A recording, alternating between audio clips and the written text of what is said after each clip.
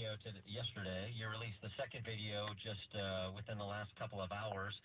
You've already got one scalp to your credit, Scott Foval, two scalps. They just fired two scalps. So 10 minutes ago, they fired Bob Creamer. Did they really? Yeah. Oh my gosh. Yeah. As a Chicagoan, Bob Creamer, the convicted felon husband of Jan Schakowsky, well, that is just a delight to hear. Congratulations. Yes, and I don't know what to say because they fired two people and it still hasn't broken through to mainstream media. This is a sick, sad world we live in. Because Lord knows if anyone on Trump's campaign or anyone affiliated with him said, quote, I could ask my mother and not go to jail, or if they said, quote, I can commit all this voter fraud, if they said that no one would ever, I would never get caught, it doesn't matter what the law is, we need to win this mother effort, Lord knows it'd be on every station all week, every week for a month. And, you know, the other thing about your videos that's really important is it's not just, locker room talk, to borrow a phrase. It's not just people bloviating and big talk in an abstract way. It's specifics. It's paid operatives who are experienced in this racket talking specifically how to commit voter fraud, talking specifically how to incite violence at Trump-Pence events. They have a game plan, and they lay it out for your undercover reporters. Unbelievable investigation showing the deepest, darkest corners of politics. It's smoking gun evidence. It shows criminal behavior, illegal coordination, inducement of violence, voter fraud, busting across state lines, illegal aliens voting, and it provides all the smoking gun evidence you need, and they just fired the two officials. So the question for your audience is, why is the mainstream media covering it? And why would Bob Creamer and Scott Foval get fired if they didn't do anything wrong? Oh, nothing to see here. They didn't do anything wrong. They just used profanity, and that's why they were terminated. I doubt it. That's it. Just profanity. A lot more than profanity here. This is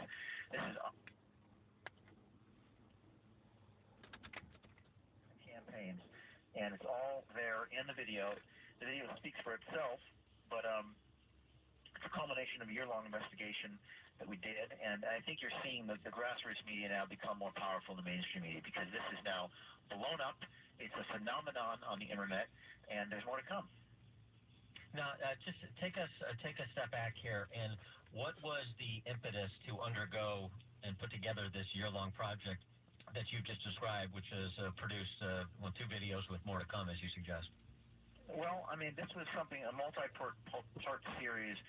We wanted to expose the deepest secrets at the highest levels of coordinated clandestine political operations.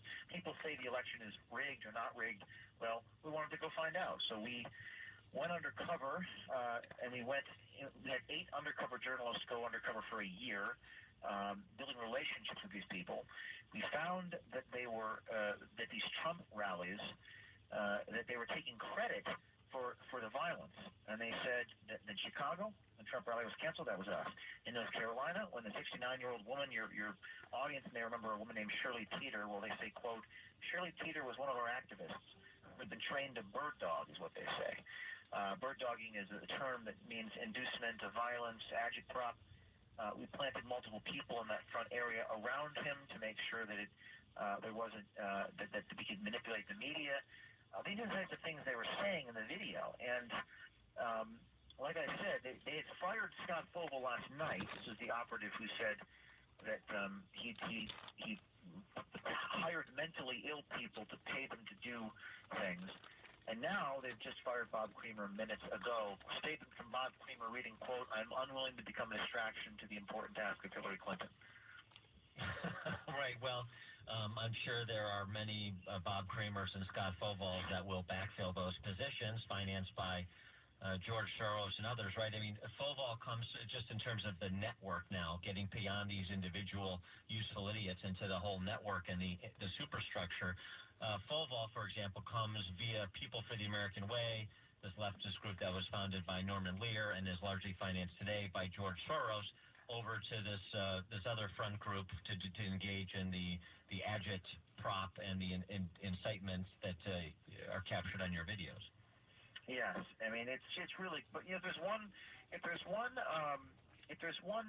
guess silver lining to this whole thing, it's the fact that the mainstream media has been defeated by the grassroots media. Now we are seeing, I mean, even though it's all rigged, I mean, we've gotten 10 million impressions on Twitter, and we've We've gotten 3 million views on YouTube on our first video, and we're not even trending on Twitter. The system is engineered against us, but we've managed to get beyond the system because people have flooded the inboxes of these journalists, flooded, trying to get them to cover these videos. And yesterday, after the first video was posted, Twitter Assanged you, right? That's right. Twitter Assanged us, and they banned us, and we got reinstated after a flood of people. A flood of people has sent emails to the CEO of Twitter. I'm sorry, like as I speak, there's news breaking. Bob Creamer's been fired. I'm getting calls from CNN, Business Insider right now.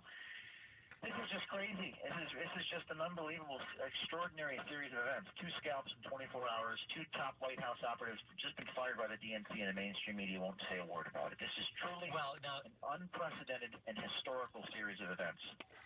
Oh, we're talking to James O'Keefe, Project Veritas. Now, James, the fact that you're now getting calls from CNN, in particular Business Insider, less surprising, but it's CNN. Are you hopeful that maybe now with Creamer gone, another domino falls, that you're going to... I do think this is the floodgates. I think that now they're going to have to cover it. I really, really do. I mean, it just happened moments ago, and while I'm on the phone with you, I've got people calling me right now at this moment, trying to get me to comment on it. So the moment I get off the phone with you, I'm going to give them a comment. CNN did call me. They're reaching out to them for comment, and we're going to try to get this full statement from Creamer on our website momentarily. Well, James, if you could just hold on 1 second, keep CNN at bay for just a few minutes longer, and we just have a couple more questions, and then we'll let you get on to the floodgates as they're opening. James O'Keefe, Project Veritas, will be back with more. Dan Proft in for Michael Medved.